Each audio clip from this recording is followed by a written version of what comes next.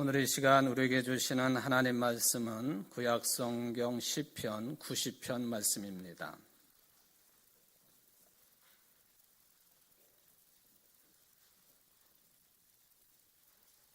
시편 90편 13절부터 17절까지 말씀을 봉독해 드리겠습니다.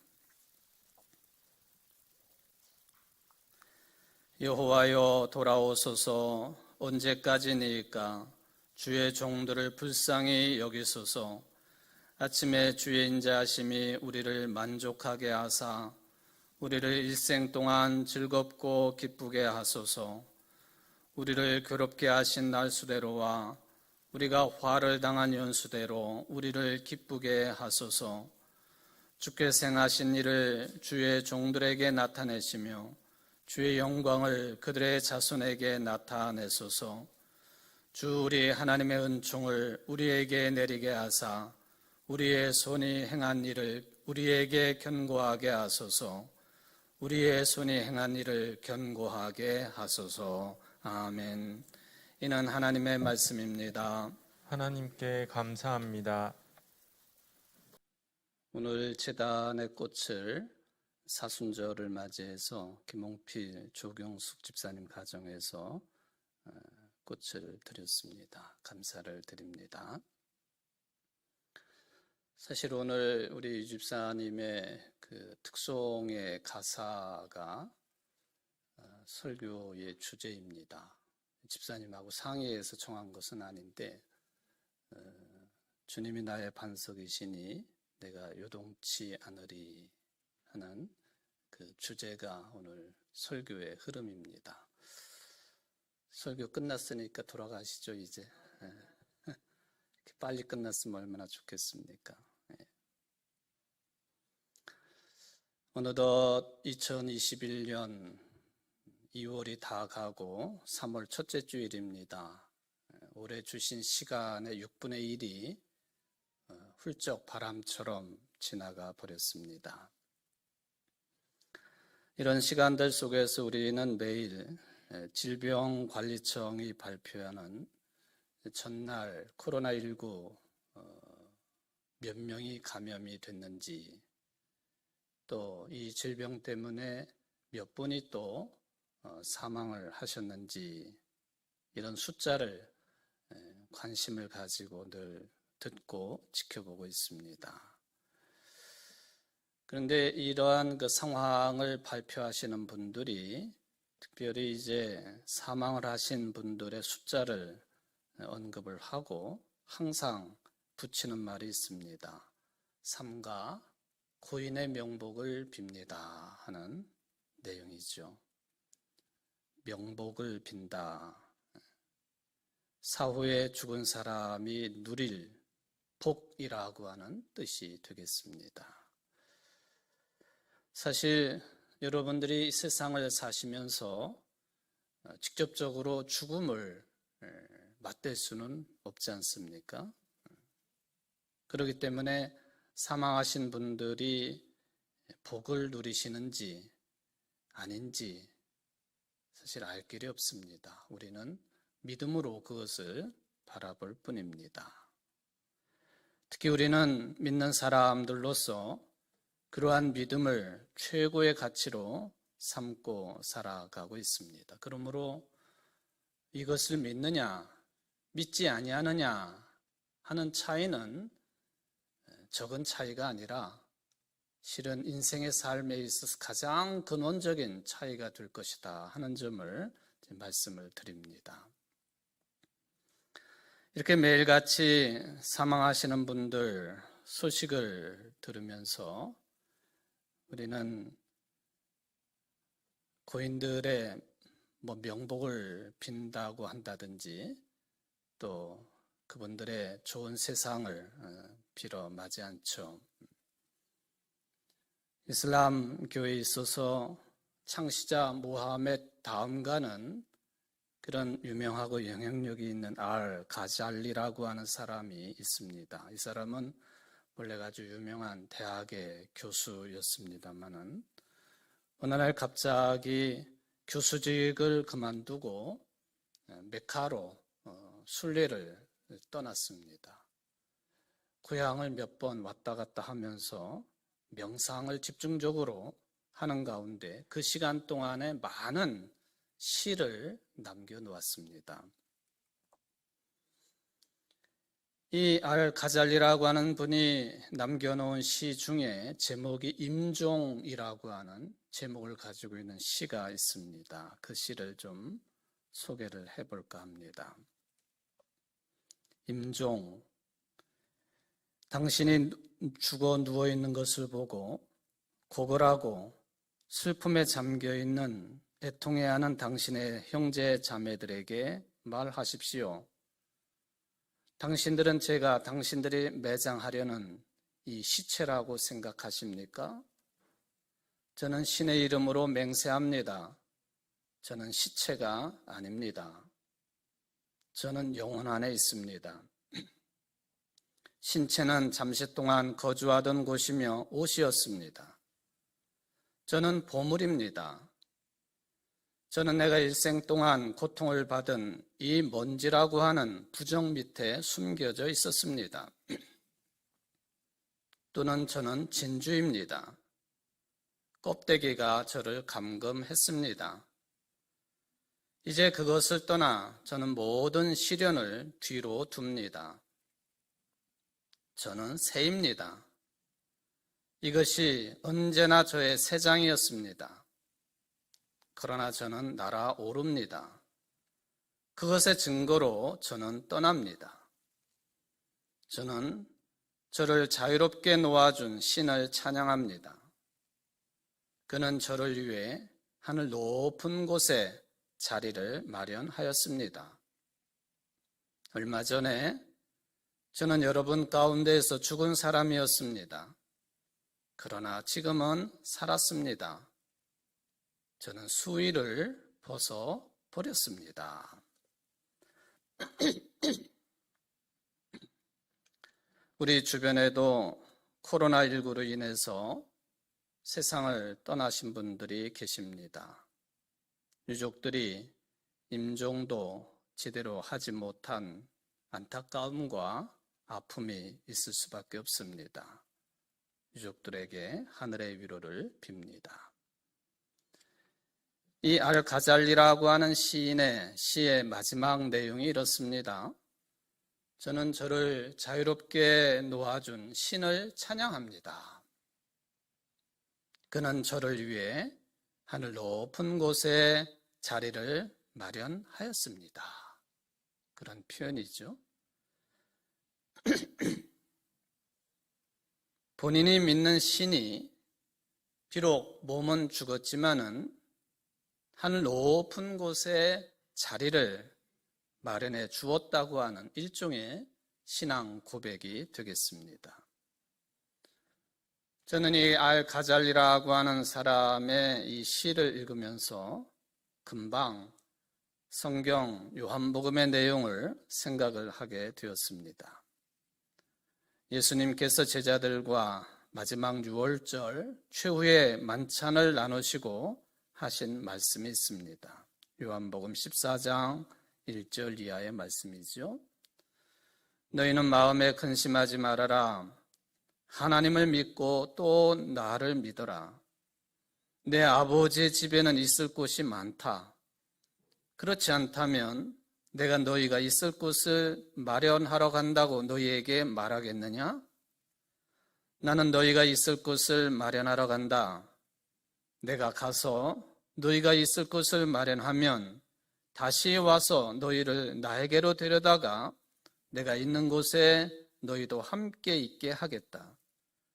너희는 내가 어디로 가는지 그 길을 알고 있다. 토마가 예수께 말하였다. 주님, 우리는 주님께서 어디로 가시는지도 모르는데 어떻게 그 길을 알겠습니까? 예수께서 그에게 말씀하셨다. 나는 길이요 진리요 생명이다. 나를 거치지 않고서는 아무도 아버지께로 갈 사람이 없다. 요한복음 14장 1절로 6절까지 말씀이죠. 여러분, 우리 인간의 삶이 최종적으로 정착할 수 있는 거처가 있다고 한다면 도대체 어디일까요? 요즘에 우리나라 공기업인 LH 직원들이 미리 신도시 관련 정보를 공개적인 과정도 거치지 않고 국민들보다도 빨리 접근을 해가지고 개발 예정지 땅을 사들이는 바람에 지금 시끄럽습니다. 살 거처를 마련하는 차원을 넘어섰습니다. 개발 이익을 얻으려는 이 사람들 때문에 실제로 방 한 칸, 집 한 채, 실제로 거처가 필요한 국민들은 늘 억울한 처지에 놓여 있을 수밖에 없겠습니다. 많은 것이 투명해진 이 시절에도 그렇다고 한다면 과거에는 어땠을까? 이 점을 생각해 보면 우리가 참 암울한 시절을, 답답한 시절을 보냈고 지금도 비슷한 상황이라고 하는 것을 언급하지 않을 수가 없겠습니다. 이처럼 살 수 있는 거처를 마련을 한다든지 또 인류 전체로 보면은 우리 인류가 70억이 넘는 인구들이 지구라고 하는 이 한정된 공간 안에 생활을 하고 있습니다만은 지구를 넘어서서 달이라든지 이런 다른 행성들을 계속 탐사하면서 인간들이 가서 생활할 수 있는지에 대한 연구, 점검이 과거에도 진행이 됐었고 지금도 진행이 되고 있습니다. 만약에 우리가 살고 있는 지구에 빙하기 같은 살인적인 기상이변이나 또 우주를 떠돌아다니고 있는 거대한 혜성의 충돌과 같은 재앙으로 인해 가지고 인류가 멸망을 한다면 우리 인간들은 그대로 멸종을 할 수밖에 없는 것일까? 아니면은 노아 시대에 방주처럼 우리 인류를 구원할 수 있는 새로운 방주가 나타날 것인지에 대한 관심은 지대하다라고 볼 수가 있겠습니다. 바로 인류가 닥칠 수 있는 미래에 이런 문제들을 해결하기 위해서 여러 프로젝트들이 연구 중에 있습니다만은 그 중에 하나가 뭐냐 하면은 테라포밍이라고 하는 프로젝트입니다. 테라포밍, 이 지구가 아닌 지구 외의 행성에 가서 인간들이 살 수 있겠는가, 이것을 찾고 연구하는 그런 프로젝트가 테라포밍 프로젝트라고 일컬어지고 있습니다. 지구 외에 그 어떤 행성에 인간들이 옮겨가서 살 수 있을까? 지금까지 최적의 후보로 꼽히는 행성은 태양을 중심으로 볼 때 수금지화, 수성, 금성, 지구, 그 다음에 먼 곳이 화성이거든요. 화성이 지금까지는 최적의 후보로 꼽히고 있는 태양계 행성이다, 그렇게 알려져 있습니다. 화성은 불화자를 씁니다. 그리고 붉은 행성이라고 불려집니다. 그것은 쇠가 녹은 것처럼 그 화성 표면이 붉은색을 띠고 있기 때문에 그렇게 불리는 것 같습니다. 영화 중에 보면은 레드 플래닛이라고 하는 화성을 이야기합니다만은 바로 이 영화 속에서도 테라포밍이라고 하는 프로젝트 계획이 영화이지만은 잘 드러나 있는 영화로 평가가 됩니다. 21세기 초에 자원 고갈, 생태계 오염, 거주 환경이 악화가 되니까 화성을 새로운 인류의 터전으로 바꾸기 위한 그런 작업을 실시를 합니다. 무인 로켓이 화성으로 발사가 됐는데 그 무인 로켓에는 무엇이 잔뜩 실려져 있느냐 하면은 이끼 종자가 잔뜩 실려져 있었습니다. 이끼 아시죠? 이끼. 이끼가 화성에서 번식을 해가지고 화성 표면을 덮게 되면은 이끼가 배출하는 산소가 모여져가지고 결국에는 인간들이 호흡을 할 수 있는 대기층이 형성이 될 것이다 하는 그런 생각이죠. 영화상으로 보면은 그로부터 50년 뒤에 마침내 화성에 선발대가 도착을 해 살펴보니까 공기가 희박하기는 하지만은 사람이 숨을 쉴 수 정도로 화성의 대기가 바뀌었다 하는 그런 내용이 되겠습니다. 이런 일이 진짜 가능할까? 여러분들은 어떻게 생각하십니까? 영화니까 공상 영화로 받아들일 수 있겠다라고 볼 수가 있겠습니다만은 지금처럼 과학 기술 문명이 발전을 하면 과학자들이 예상하기에는 수백 년 뒤쯤은 가능하지 않겠는가 그렇게 말들을 합니다. 수백 년 뒤라고 한다면 우리하고는 전혀 상관이 없는 그런 세계 이야기가 되겠죠. 그런데 우리들이 코로나19 때문에 정신없이 보내고 있던 작년 1년쯤입니다만 2월에 우주 탐험에 있어서 획기적인 사건이 있기는 했습니다. 작년 2월 19일 새벽 5시 55분 미국 항공우주국 나사의 탐사선 퍼서비어런스라고 하는 우리가 해석을 하면 인내심, 인내라고 하는 그런 이름을 가지고 있는 탐사선이 2020년 2월 19일 새벽 5시 55분 화성에 착륙을 했습니다. 그 착륙 직전에 7분을 공포의 7분이라 그렇게 부르고 있습니다. 여러분들이 인터넷을 찾아보시면은 착륙하는 장면을 동영상으로 보실 수가 있고, 그리고 2018년도에도 들은 바 있습니다만은 화성에서 불고 있는 바람 소리까지도 이게 녹음이 되어서 전달이 되어서 들을 수가 있습니다. 저도 짧은 시간 동안 이 화성에서 부는 바람 소리 해가지고는 들어보았습니다만은 보통 우리가 지구에서도 들을 수 있는 바람 소리겠지만 왠지 모르게 화성에서 부는 바람이라고 그러니까요. 굉장히 신비롭게 느껴지기는 했습니다. 7분의 공포의 시간을 지내고 마침내 관제센터 스피커의 소리가 흘러나왔습니다. 착륙이 확인되었습니다.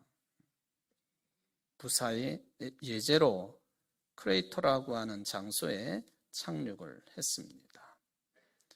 어쩌면은 전 인류가 보이지 않는 코로나19라고 하는 바이러스 감염 때문에 희망을 잃고 절망 가운데 있는 사이에 이제 마치 백신 접종을 통해서 약간의 희망을 보는 것처럼 인류의 희망을 가져다 주는 그런 소식이라고까지 이야기가 되고 있습니다. 그로부터 미국의 항공우주국 나사가 보여주고 있는 사진들을 보면은 화성이 붉은 토양으로 되어 있다 하는 그런 이야기가 증명이 되듯이 성지순례를 가보면 유대 광야라든지 또 아프리카의 사하라 사막이라든지 이런 곳을 가보면은 붉은 흙으로만 그리고 군데군데 바위들이 튀쳐나와 있는 그런 형상의 화성의 모습들을 전송된 사진들을 볼 수가 있었습니다. 도대체 나사도 그렇고 지금 일본도 중국도 뭐든지 달을 넘어서서 화성을 탐사하려고 하는 근본적인 목적이 뭐냐 하는 것이죠.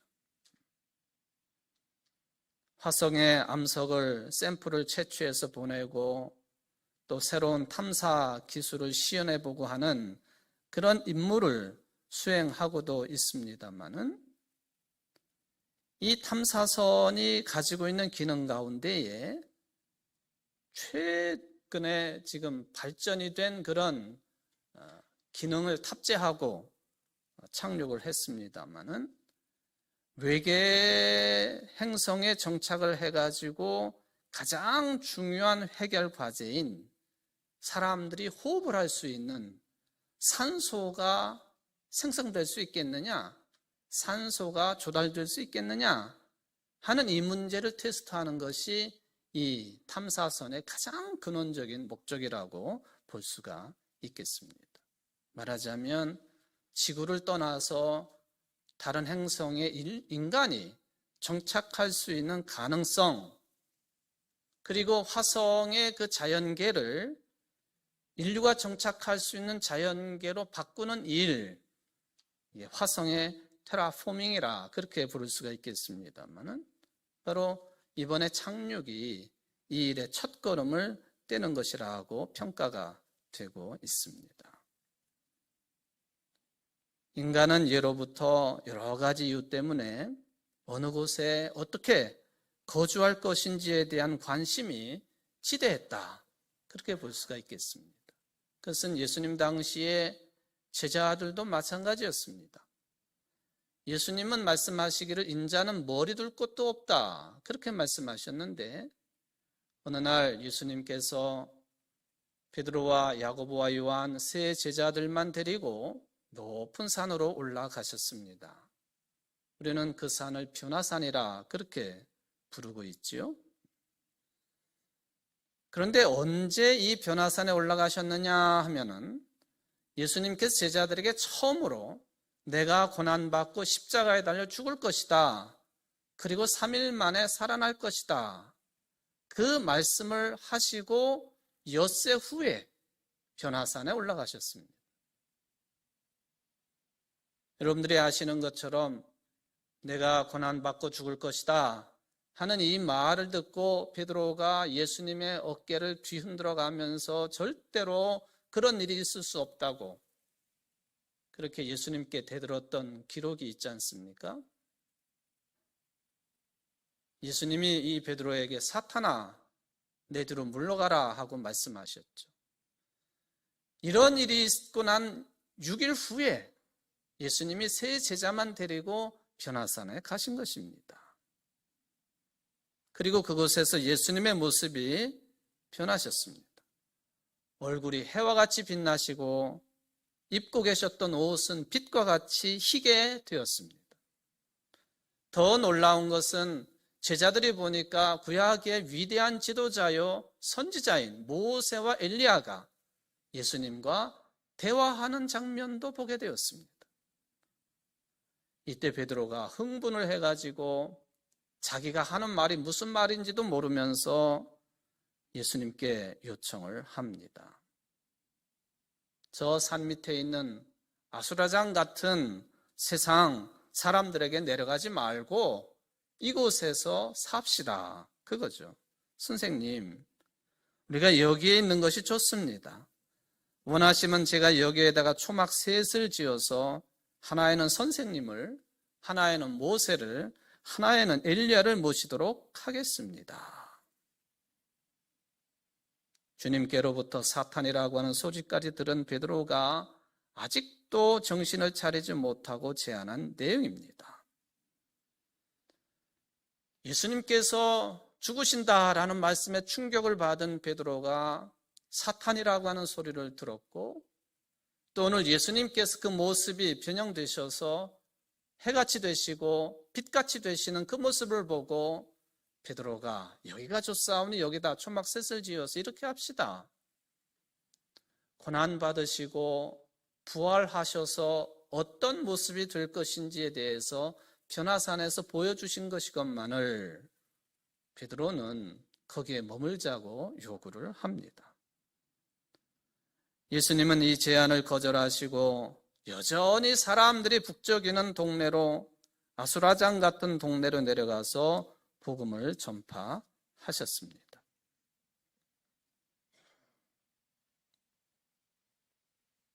장구 끝에 악수를 둔다 하는 그런 말이 있습니다만은 베드로가 그런 인물 같아요. 예수님을 위해서 좋은 수를 찾으려고 하다가는 결국에는 나쁜 수를 둔 꼴이 된 인물이 베드로라. 그런데 성경을 읽을 때마다 베드로만 그런 것이 아니라 나도 그렇고 우리 인간들 전체가 다 좋은 수를 찾다가 악수를 두는 그런 인생의 삶을 살고 있다고 평가가 됩니다. 이제 세상에서 행복하게 살려고 장고에 장고를 거듭하다가는 영혼이 완전히 헝클어지고 산만해진 상태로 죽음을 맞이하는 경우가 그렇습니다. 삶의 근본에 관한 생각이 종적을 감추어 버렸습니다. 그렇게 살다가 허둥대며 살다가 인생을 끝내는 경우가 거의 대부분의 인생들이라 하는 것입니다.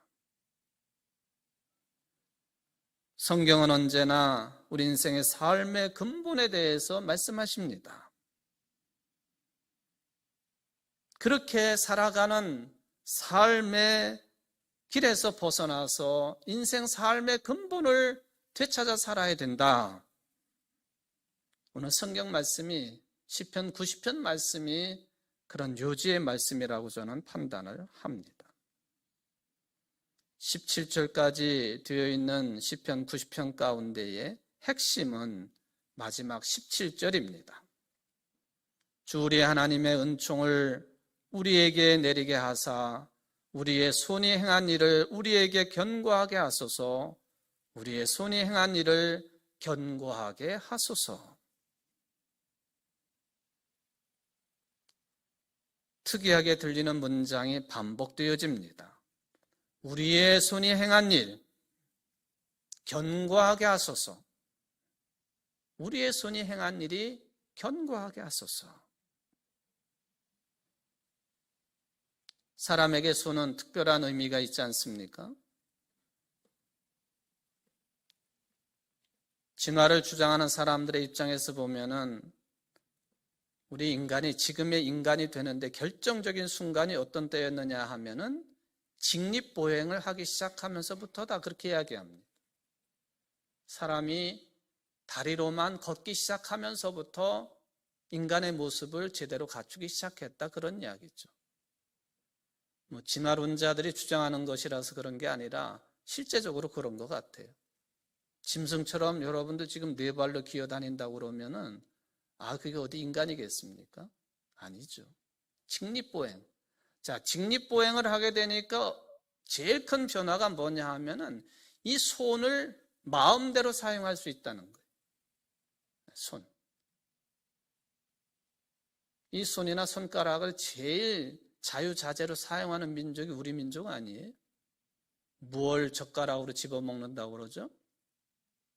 콩자반도 그것도 쇠젓가락으로 집어먹는 민족.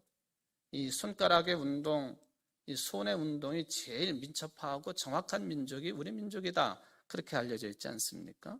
그런데 오늘 17절에 보면 우리의 손이 행한 일 견고하게 하소서 그랬어요. 성경이 무슨 쇠젓가락을 가지고 콩자반을 집어먹을 정도로 손이 견고하게 해달라 그런 의미는 아니죠. 여기서 말씀하고 있는 손이라고 하는 것은 우리 인간 전체 실존을 말하는 것이에요. 여러분들의 삶 전체를 이야기하면서 그것을 손이라고 표현한 것이에요. 그러므로 오늘 이 17절의 의미는 뭐냐 하면은 우리 인생 전체의 토대를 견고하게 하소서 그런 뜻이에요. 믿는 자들의 삶 전체를 흔들리지 아니하고 오늘 특송의 가사처럼 요동치 않는 견고한 터 위에 서게 해 주십시오. 이게 17절의 내용이라 그것입니다. 왜 그러겠습니까? 이유는 뻔하죠. 오늘 신앙 고백을 하고 있는 시편의 기록자 자신도 인생 실존이 어디 개인만 그렇습니까? 사회도 흔들리지요. 국가의 근간이 흔들리지요. 더 넓게 보면은 이번 코로나19로 인해서 인류 전체 토대가 흔들리고 있다는 것입니다. 이것을 오늘 본문에 포함시키지는 않았지만은 3절에서 6절까지를 읽어보면은 흔들리고 있는 이 토대 위에 우리 인생이 세워져 있고 또 지구의 삶이 세워져 있고 국가나 또 모든 사회에 그렇게 흔들리고 있다 하는 것을 세 가지로 표현을 했습니다. 첫 번째, 사람은 모두 티끌로 돌아간다는 거예요. 그게 흔들리는 터전이죠. 티끌로 돌아간다. 무슨 이야기입니까? 죽게 되어 있다는 거예요. 두 번째, 사람에게 천년이 굉장히 긴 시간입니다만은 하나님에게는 밤의 한순간도 같다. 흔들리는 터전이라는. 세 번째, 인간의 삶은 아침에 돋아나서 저녁에 시드는 풀과 같다. 이 세 가지 종류의 내용들이 다 개인적인 인간의 삶이든 전 인류의 삶이 다 흔들리는 터전 위에 세워진 것뿐이다라고 하는 가르침입니다. 이거 다 알고 있는 사실 아닙니까? 알기는 알지만은 이 문제를 절실하게 대하지 못하는 게 문제가 되겠습니다. 이렇게 흔들리니까 불안하니까 그냥 집을 막 수십 채를 사들이고 땅을 막 사들이고 이 땅 위에서 뭐든지 끝장을 내보겠다고 하는 그런 심사를 가지고 그렇게 살아가는 것 아닙니까?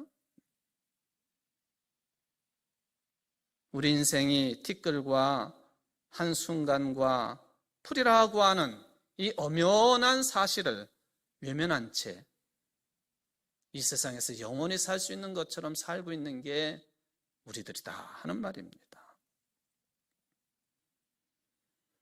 우리 인간의 실존의 토대가 흔들리고 있고 탄탄하지 않다고 하는 말은 우리가 어떤 노력을 기울여도 이 삶의 기초가 확보될 수 없다고 하는 뜻도 되겠습니다.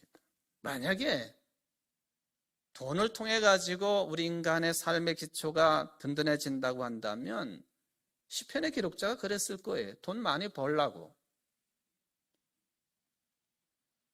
사람들의 칭찬도 그렇고 학문적인 업적도 그렇고 정치적인 업적도 마찬가지입니다. 행복한 가정을 꾸려도 역시 그것만으로 우리 인생의 삶의 토대가 흔들리지 아니하는 견고한 토대가 될 수가 없다는 거예요. 우리는 그것이 희망이다 하고 쫓았지만은 희망이 아니라는 거예요. 그것을 쫓아가지고 정상까지 올라가 봤지만은 아무것도 없다는 거예요. 그래서 시편 기자는 17절에서 호소를 합니다. 하나님, 당신의 은총을 우리에게 내려주시기를 바랍니다. 하나님, 우리에게 은혜를 주십시오. 이렇게 흔들리고 있으면서 불안해가지고 세상 것에 현혹돼서 그것만 좇고 뛰어가고 있는 우리들에게 하나님 은혜를 주십시오. 은총을 내려 주십시오. 하나님의 은총을 통해서만 삶의 토대가 견고해질 것을 깨닫기 때문에 할 수 있는 호소였습니다. 그런데 사람들은 이것을 별것 아닌 것으로 여깁니다.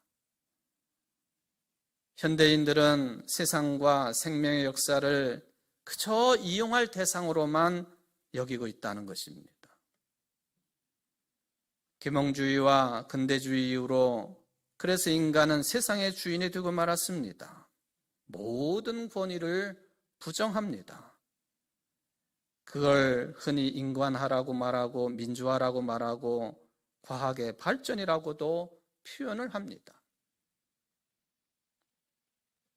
인간이 이제 인간이 아니라 신적인 존재가 되었다.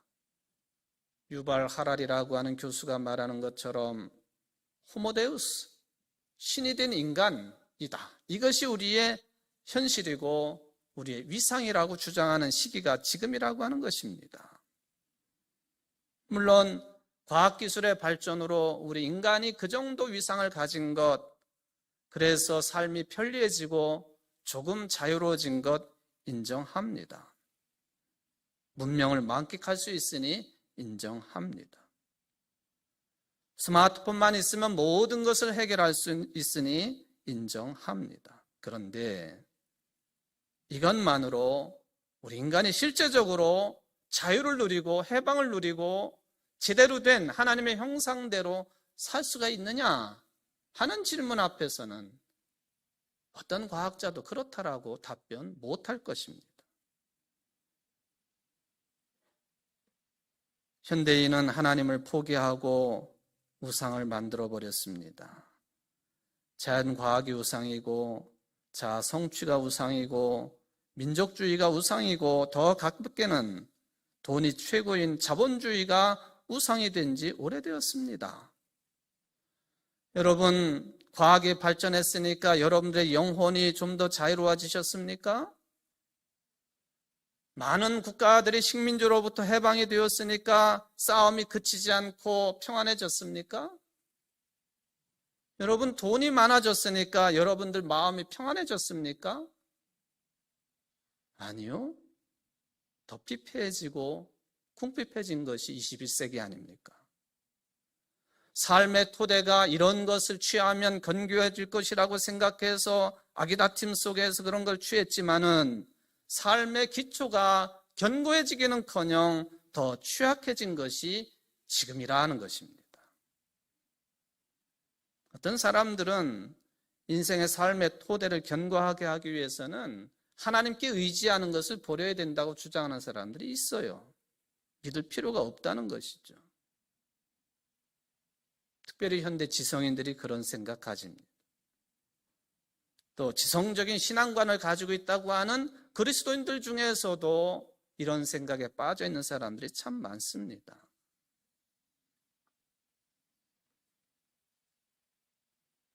그러나 여러분, 하나님의 은총이 내려져야만이 우리 인간의 삶의 토대가 견고해진다고 하는 이 시편 기록자의 고백이 결코 공허한 고백이 아니라고 하는 것을 기억하시기를 바랍니다. 물론 세상 살면서 하나님을 믿기만 하면은 뭐든지 잘 되겠지 하는 막연한 기대는 아닙니다. 시편 기록자가 볼 때 이미 짚은 대로 우리 인간의 삶은 티끌과 같고 밤의 한순간과 같고 풀과 같습니다. 모든 것이 다 그렇습니다. 예외가 없습니다. 모든 것이 지나가게 되어 있고 또 끝을 볼 수밖에 없는 유한적이라고 하는 것 그렇습니다. 솔로몬이 말한 것처럼 이 또한 지나가게 되어 있습니다. 성경은 끝까지 말씀하십니다.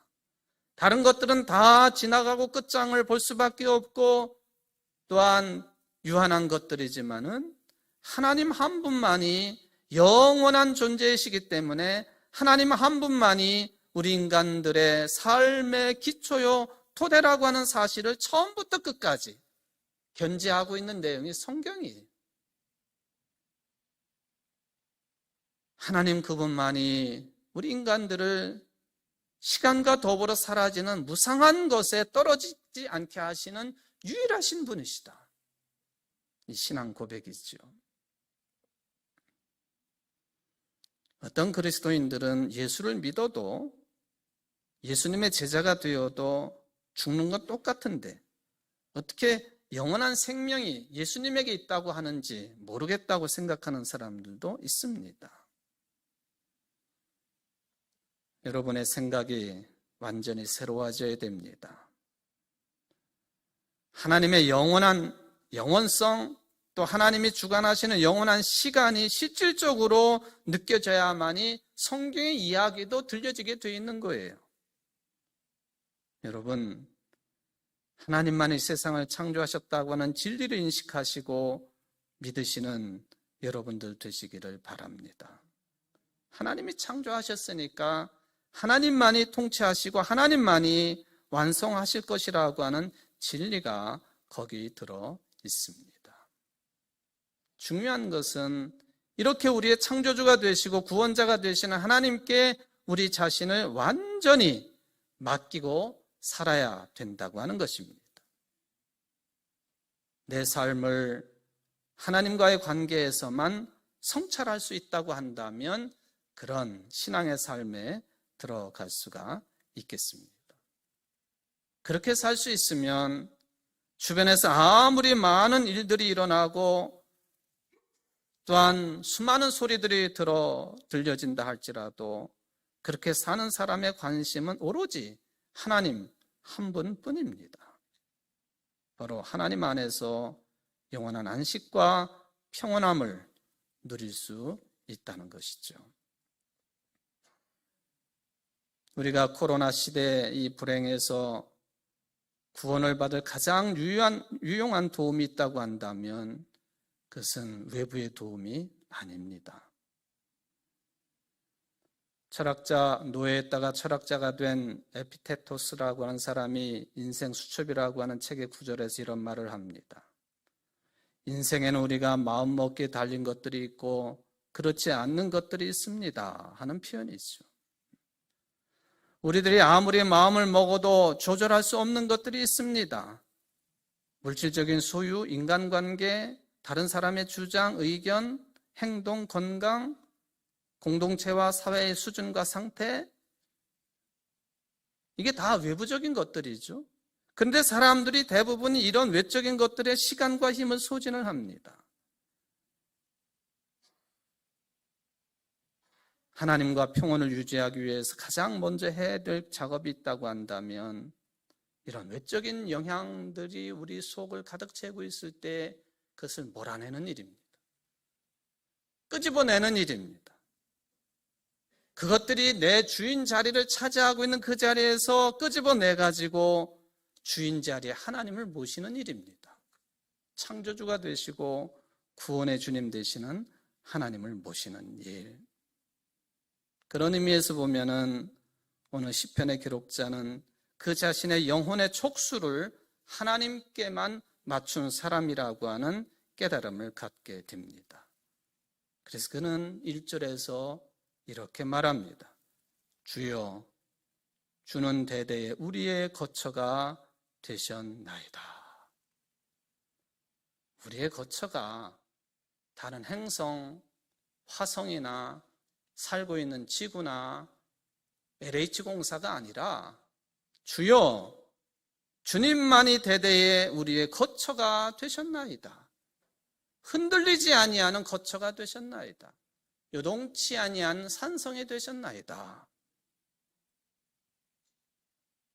여러분, 이 하나님과 평온의 삶을 유지하시는 여러분들 되시기를 주의 이름으로 축원을 드립니다.